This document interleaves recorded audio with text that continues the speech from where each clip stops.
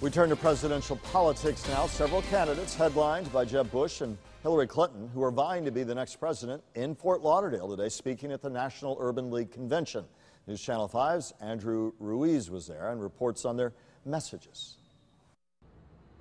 Things heated up here in Fort Lauderdale as two major presidential contenders, Hillary Clinton and Jeb Bush, made their pitch to the black community.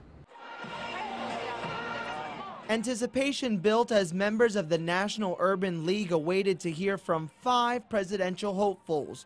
Of most interest, the two who are no strangers to the White House or American politics. It could be an advantage, it could be a disadvantage, but again, it's important to hear what everyone has to say. Hillary Clinton's campaign message weaved into her speech on racism and inequality.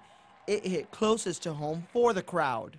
I don't think you can credibly say that everyone has a right to rise and then say you're for phasing out Medicare or for repealing Obamacare.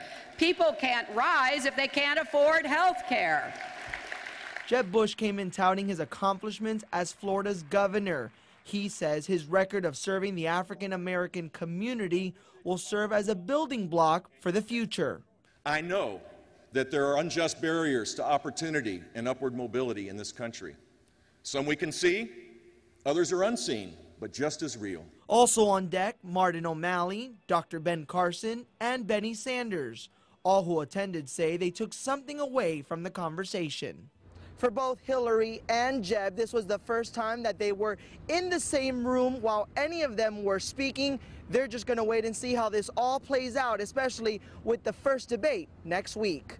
In Fort Lauderdale, Andrew Ruiz, WPTV News Channel 5.